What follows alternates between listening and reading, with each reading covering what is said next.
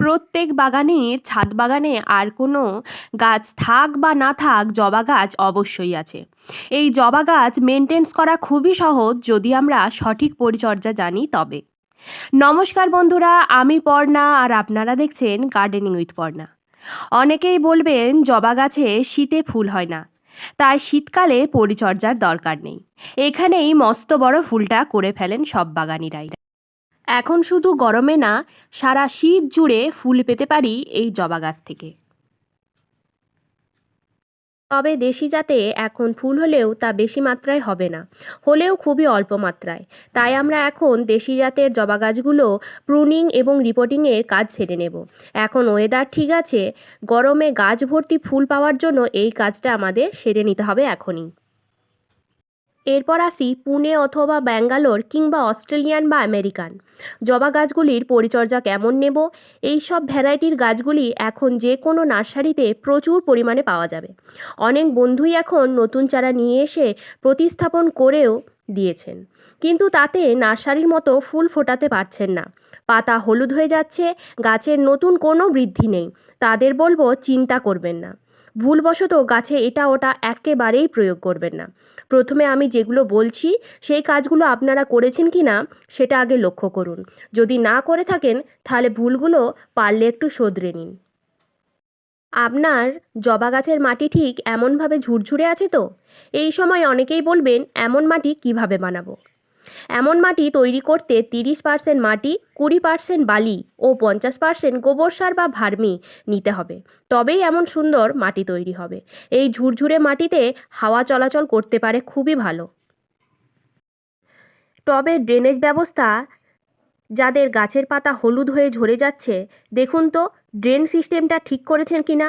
মাটিতে জল বসলে গাছের পাতা হলুদ হয়ে যায় ও কুঁড়ি ঝরে যাওয়ার সমস্যা দেখা দেবে।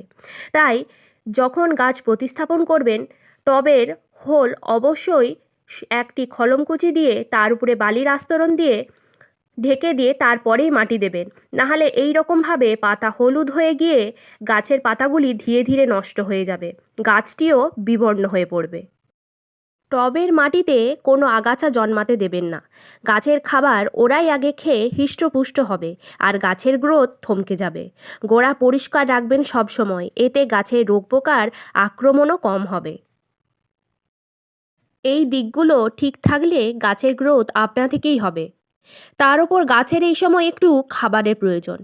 এই খাবার প্রয়োগে ন্যাড়া গাছেও ফুল আসবে, পাতা চকচক করবে, কুঁড়ি ঝরার প্রবণতা কমবে।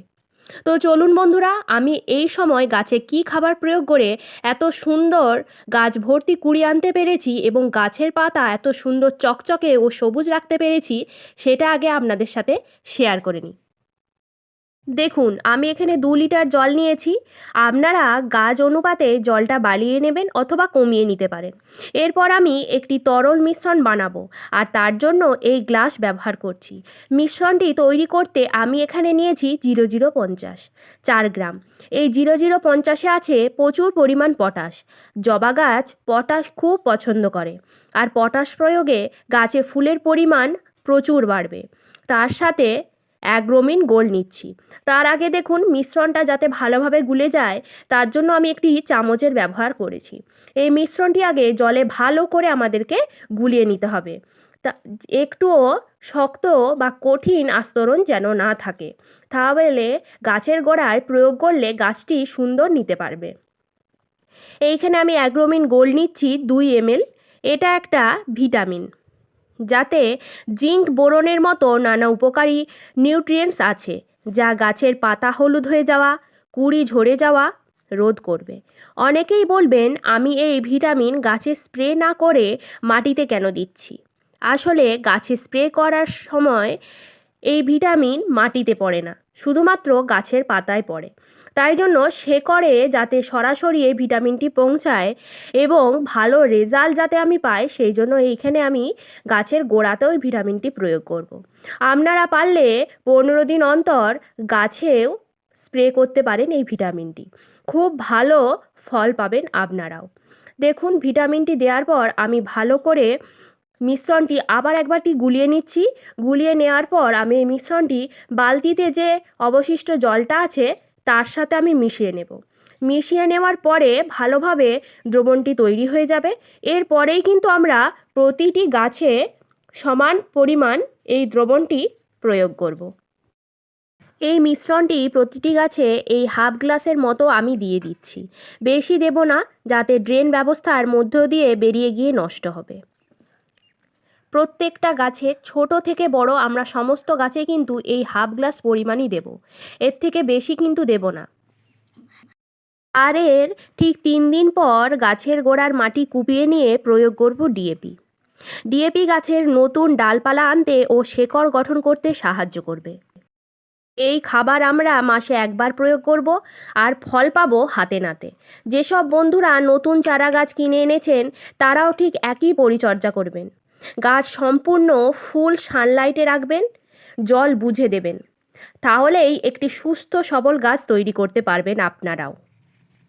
গাছের সময় মতো আপনারাও এই রকমভাবে পরিচর্যা করুন, গাছ ভর্তি ফুল পাবেন, গাছের পাতা একটিও হলুদ হয়ে যাবে না। বন্ধুরা, আজকের ভিডিওটি এখান পর্যন্তই। ভিডিওটি ভালো লাগলে প্লিজ একটা লাইক করবেন, সাবস্ক্রাইব ও শেয়ার করে পাশে থাকবেন। ফিরছি পরের ভিডিওতে। সুস্থ থাকুন, ভালো থাকুন।